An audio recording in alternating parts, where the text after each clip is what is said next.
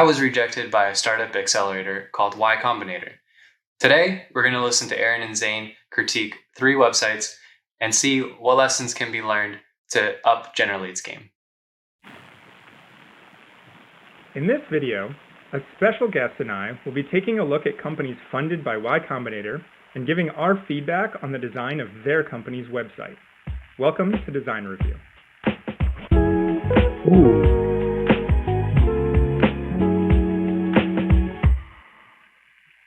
Well, let's get started. First up is Hokali. Well, right out of the gate, we are hit with a pop-up here. I like the video in the background. For savings. I think with this, it's there's a little lack of information here to make a decision. And so maybe adding some information about what you guys do or kind of create some like sort of FOMO with some messaging here might help. Yeah. Yep. Agreed. That. And here we have, a really strong headline. It says, "Learning new sports has never been easier. Book online in 3 simple steps." Yeah, I mean, this is a really good headline. It's super clear what. I'm a big fan of the headers that are see-through, but I don't like the drop-down menu where you have like rounded top corners. I feel like if it's a drop-down menu, it should be connected, and then the bottom corners can be rounded, but the top should definitely be connecting. What they actually do. And I guess now that I see some of the drop-downs, some of the videos make sense that are kind of auto-playing in the background. Some of the videos are a little confusing, like the tennis one makes sense to me and golf does. But I see the one that I now understand is personal trainer, which I thought was just like a couple people working out. And then the faraway shot of the ocean visually is really cool, but it didn't occur to me that was surfing. And so I wasn't exactly sure what some of those were. So they have different types of lessons and personal training. Yeah, I like the hover. Which I need to do that on like really strong call to actions because you can like hover over them and the hovers are really strong. They don't immediately look like they're selectable, but I think that hover makes it a little bit more obvious. So this is cool that you have dedicated pages for each specific type of lesson that you offer.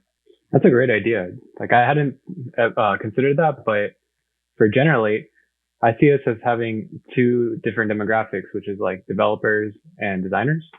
And I definitely think that would boost conversion if we had a specific page for each demographic.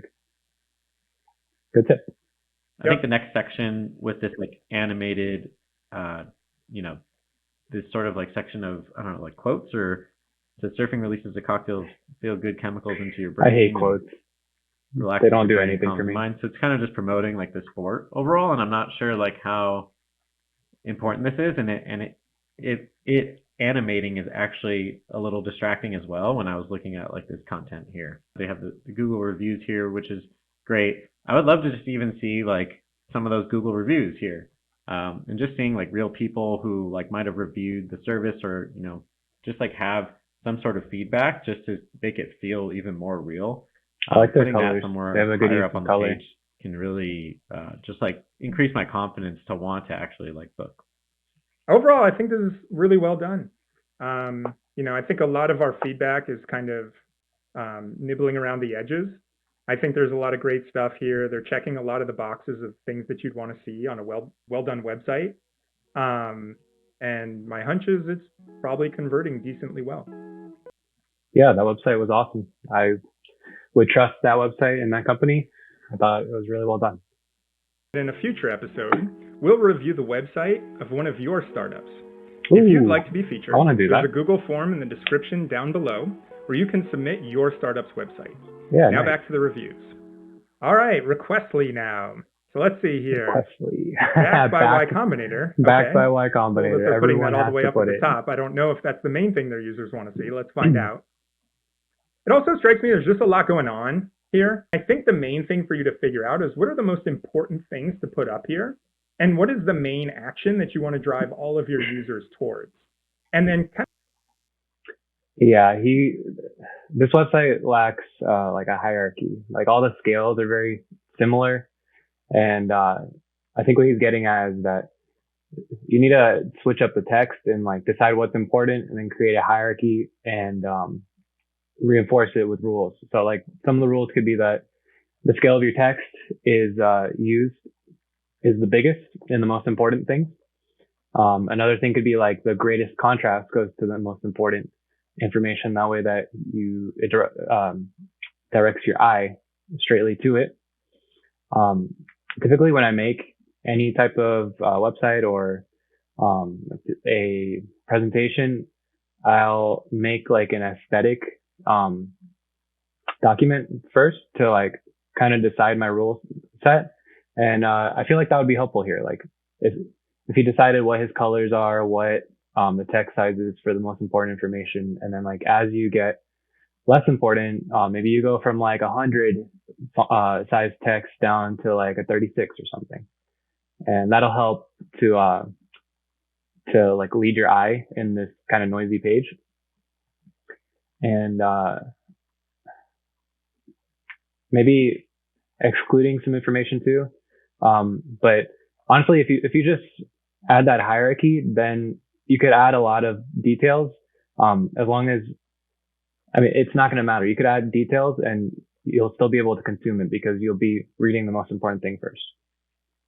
Like the blue and the yellow, as much as, like that seems like your brand colors, this like big yellow circle in the background is definitely like pulling your attention to this screenshot. But the screenshot is so small that it's really difficult to see like what it even does, that it's almost like not really providing any value now. So like unless you want to like zoom in on the screenshot and show me really like the meat of your product, and I'd rather have that circle me that like your in product is solving a problem text, that I have. So it drives you to I would the almost big like text. Either get rid of that or just like get a really good macro screenshot. The other thing is, it seems like you're calling out a lot of kind of like features of things that you can do rather than like benefits or problems that this solves, which are generally more attractive to people. So, and it seems like down below we're starting to get into some. I think that's a great tip. Like when you're a customer, you don't really care about like the solution so much as you care about your problem, and you'll accept any solution as long as it solves your problem. So focusing on the problem, I think, is a great tip. So this is also a really big feature section, right? So you have 1, 2, 3, 4, 5 features that we're going over again. And you have collaborate with teammates again, right? So we're just yeah, this website homepage is a little busy. That's something that I was conscious of when making Generalites, which is like, I love simplicity. I don't want all of the information to be on the first page because it easily fatigues the person. The more information you have, the less likely the user is to read all of it. So I'm more of a fan of whatever the most important information is, have on your homepage, and then have subpages explaining all the details. But whatever that information is that converts to action, like get to your call to action and whatever that little button is straight away. Kind of like creating a lot of like redundant info. You should probably have your main call to action in the footer again too, rather than just like join our mailing list or something like that. And let's move on now to Verdin. Verdin. Yeah, increase customer engagement 10x by attaching environmental pledges to any of your products and services. I tried to avoid saying 10x. It's kind of false advertising. If, like, let's say someone uses Verdin and then their engagement isn't increased by 10x, well, then they can go back and say, well, your website advertised that you would increase it by 10x. It's an easy way to get into a pickle. But let's see what else they have to say. I think this is actually a really good example of a screenshot working, but maybe not necessarily the headline working. A lot of times the way that people will read your page is they're going to scroll down really quickly, just kind of skimming, and they're just going to read the headlines. And so you want to try this yourself for your own product and decide if somebody just read the headlines here, would they actually get the information that we would want them to get? Or that's that idea of hierarchy that I was talking about in the previous website. People are going to disregard all of the details and then just read the most important headlines. So that's why whatever the most important bits of information are, you should make the biggest. Is the main information that you want people to take away, is it buried in these like small text paragraphs and bullets and screenshots and things like that? So there's some good stuff here. I think we saw trusted by their colors are up good near too. the top. So that's a good way you're trying to build that trust right off the bat. Here's the trusted brands. When you sort of like want to talk about the problem that you're solving, it's so important, because it's about like climate change. How do you sort of bring that to the forefront? I think, this to me, this section here, makes me feel like, I can choose from like some of these really great, partners to implement on my website. And I think that like that kind of has this emotional pull that you almost might be able to like add here. Cool. So I learned a few things. I've got my list here. Now let's take a look at Generate.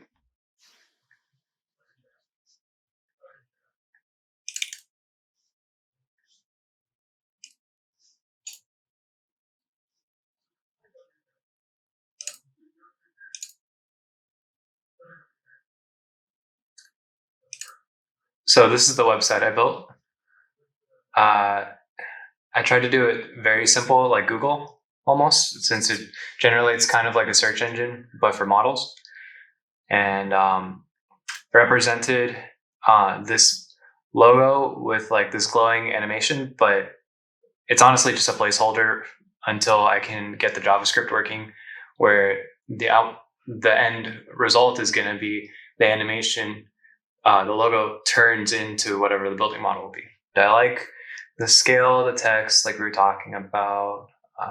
Find designs with model search trained on billions of references. Yeah, that could probably be simpler, more easy to understand. And then these are definitely very rough, as well as this video right here. And I want these to line up. So they had mentioned talking about problems and not features. So let's see if I did that. Compare design. Yeah, so I'm talking about features. So that's definitely something I can do, is include why do people want these features. I wonder how I would include the different landing pages for the specific demographics. So you'd have your main page, and then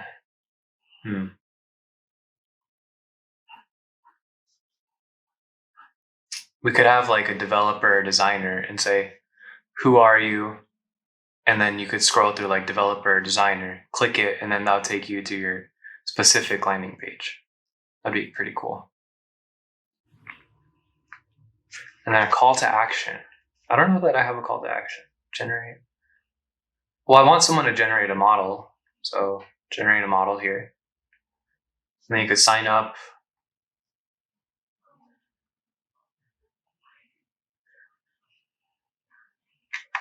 I guess this is my call to action. But it could probably be, I should make this more emphasized and the things around it less emphasized. And I really like their color schemes. So maybe I could add some more variety, because I feel like the page is a little bit boring right now, but that'll also change when this becomes animated, because like I want it to be an emitter. So it's going to give off light, and I'll give like the gradient effect. And that's the video. If you guys want to see how the Generate website gets updated, keep posted for a future video where I implement all of the changes we talked about today. Now, I want to hear how your business journey is going in the comments down below. See ya.